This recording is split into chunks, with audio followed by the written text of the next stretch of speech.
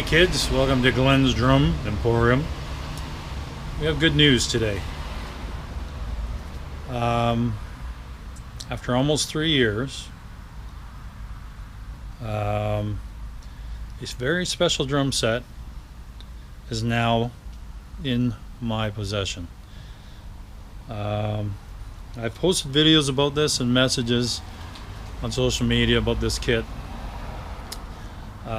I had bought part of this drum set years ago off local drummer Randy Tucker, and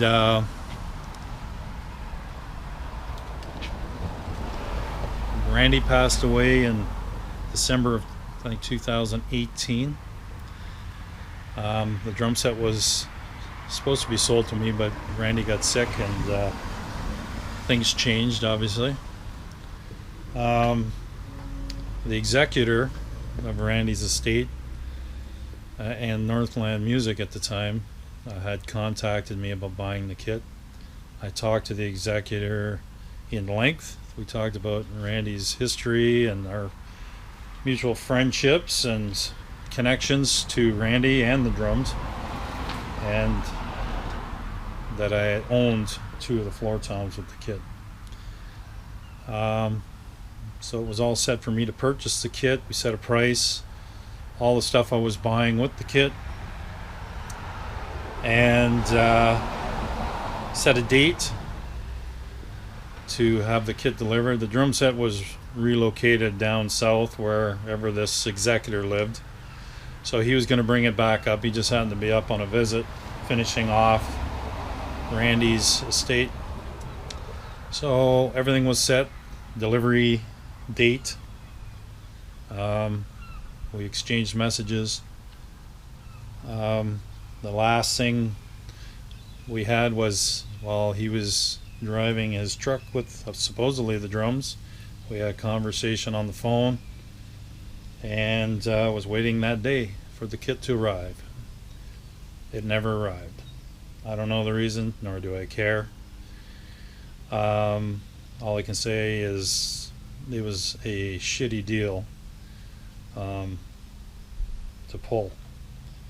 Not happy about deals like that, especially when I know the history of this kit, and actually 2 people that were friends. The original owner is actually a good friend of mine, and it's just sad that things didn't work out smoothly like they should have.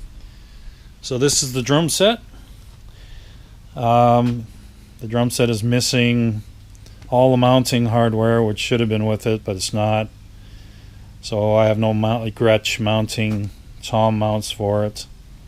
I have one original Gretsch stand, but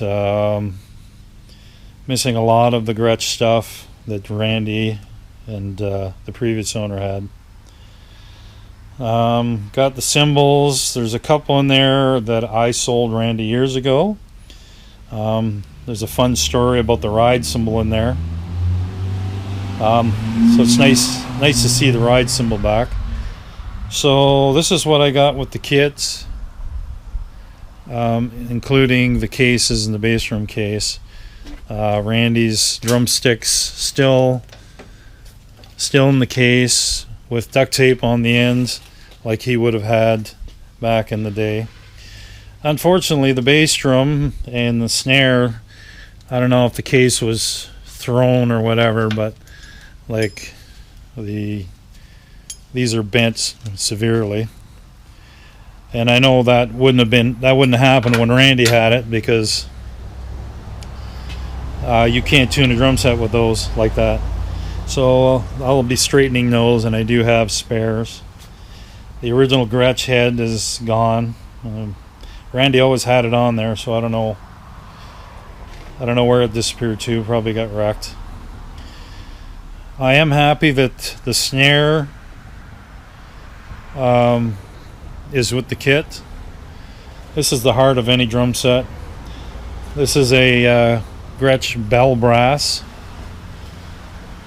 And you can always tell brass, even though there's chrome, is you take a magnet and the magnet won't stick to it if it's brass or aluminum.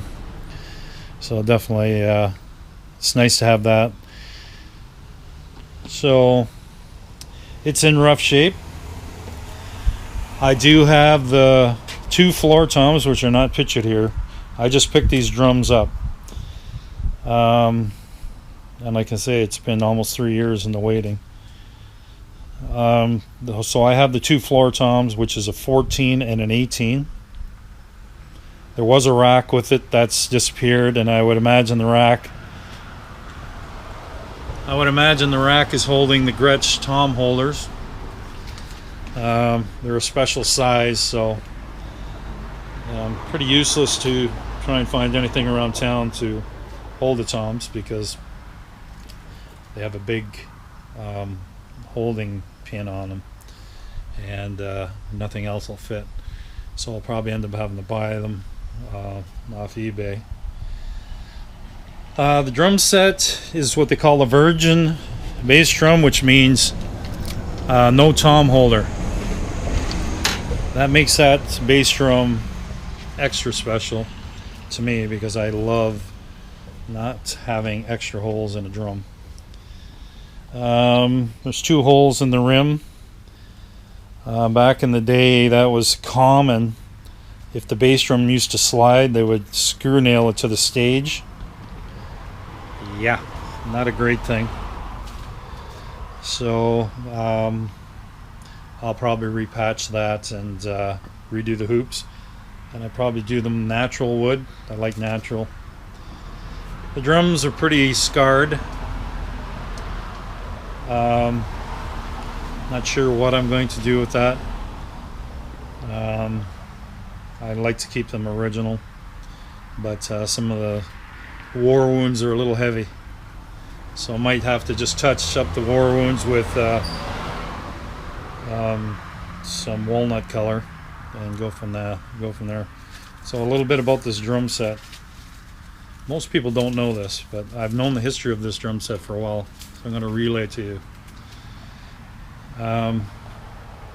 It's going to stand in the shade. It's like 150 degrees here, and I'm starting to sizzle like a piece of bacon.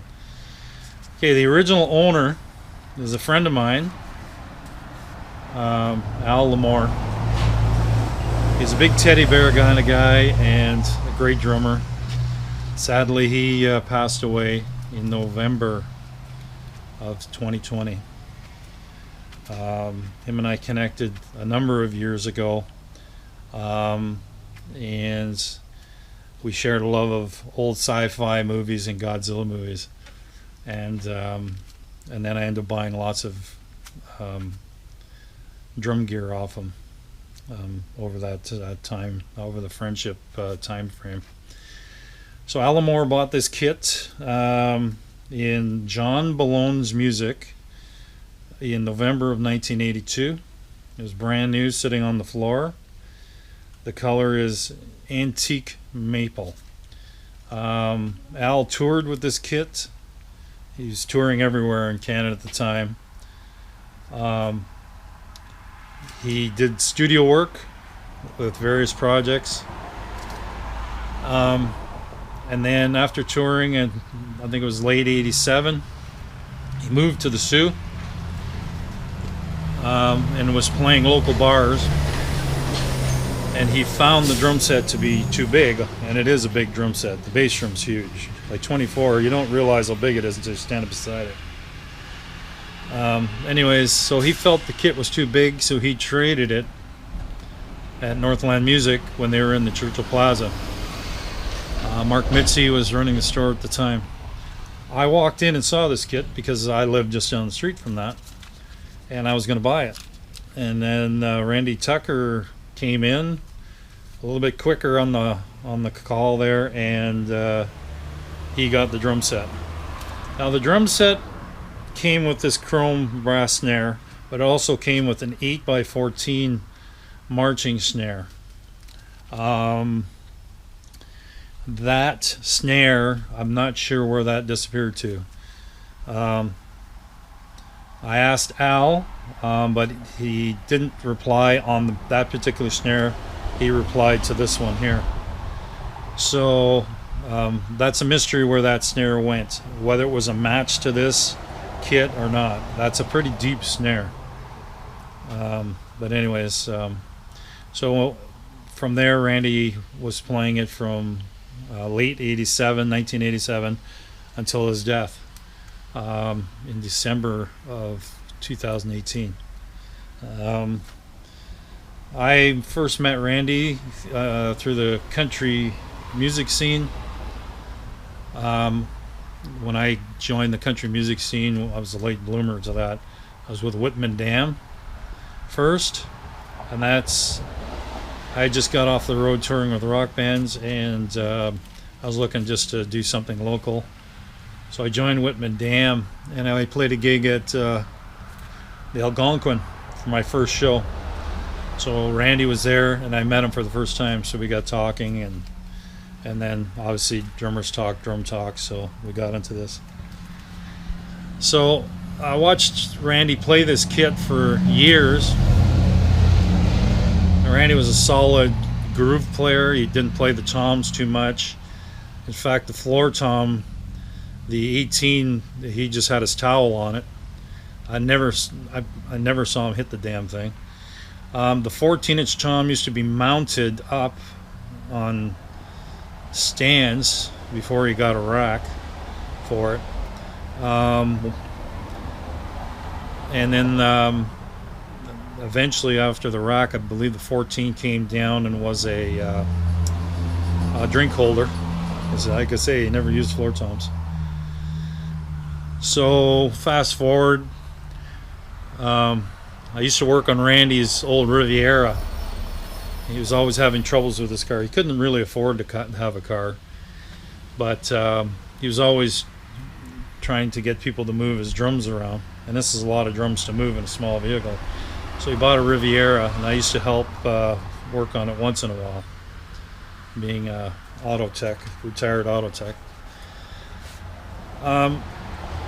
Anyways, I was playing locally in a few shows. Randy come into a bar one night, and he was hurting for money, and he goes, "I don't use my floor toms, would you be interested in them?" I said, "Need a few bucks." So he worked out a deal, and I picked the drums up the next day. So I owned 2 of the drums from this kit for years, many years. Randy was always going to sell me the rest of the kit, but when your life is in a crisis, the last thing you're going to think about is selling a drum set, and I was not going to pester him for a drum set. So I was quite content with the 2 floor toms, until the executor in Northland Music contacted me, started the ball rolling for me to purchase the kit. So needless to say, at the time I was looking forward to it and pumped right up to have a piece of a local level history, we'll say, of 2 drummers playing this kit. So what was supposed to come with the original kit were the cymbals, a rack, the tom holders, microphones, and a whole slew of other little goodies. And that never materialized until today, where I just picked it up from St. Joe's Island, where a friend of mine, Chris, made this very interesting connection to this owner of the executor. So the kit now, as of today, is damaged. The bass drum's been damaged. Like I say, these are bent badly. So I know the drum was dropped or something was thrown on it and hurt it really bad for the metal. It's a good thing the metal was there because it didn't damage the shells or the rims, but that's a lot of force. And I know no drummer can tune with the T-rods like this. One T-rod is missing, but I think I do have a spare. This snare looks like it might have taken a hit.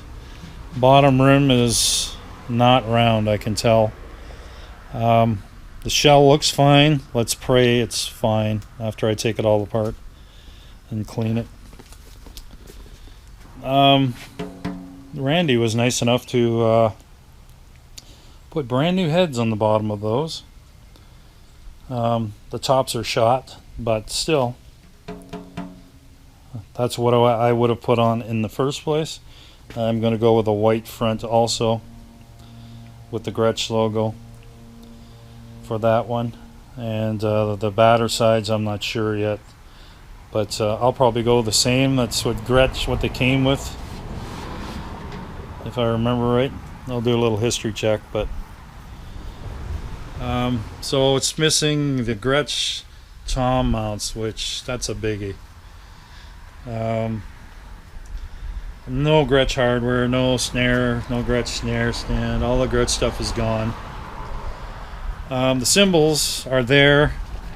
There's a funny story about, well, funny to me. I was playing in a blues band called the Vikings. Ironically, Randy Tucker, the second owner of this kit, was a member of the Vikings at one time too. It's kind of a revolving door band. Anyway, so I was playing in the Viking band for about 2+ years, and I had a loud guitar player in that band. So the ride cymbal I was using, which was a Zildjian, more of a jazz ride, wasn't cutting the mustard. So I picked up this Pearl 300 cheapo type ride, but it was thick, and it really had a cutting bell sound on it, and the rest of the cymbal had a nice high-pitched sound, and it just cut through the guitar noise. And I used it for all that time and did recordings with it live, and it still sounds great on those recordings. Randy used to come and see us play quite often, and would always comment on this ride cymbal. And at the time he was using Zildjians, again old style, but a smaller ride. Might have been I have it anyways. I still have it in my collection. So anyways, he hounded me about selling that Pearl ride. I said I didn't really want to sell it. I said it's helping me with the band I'm in. And then after the blues band was over, he hounded me. He said, "You're not doing that anymore, and you're with a different band. You want to sell it?" I go, "I'll tell you what, I'll trade you. Whatever you got for a ride, we'll trade."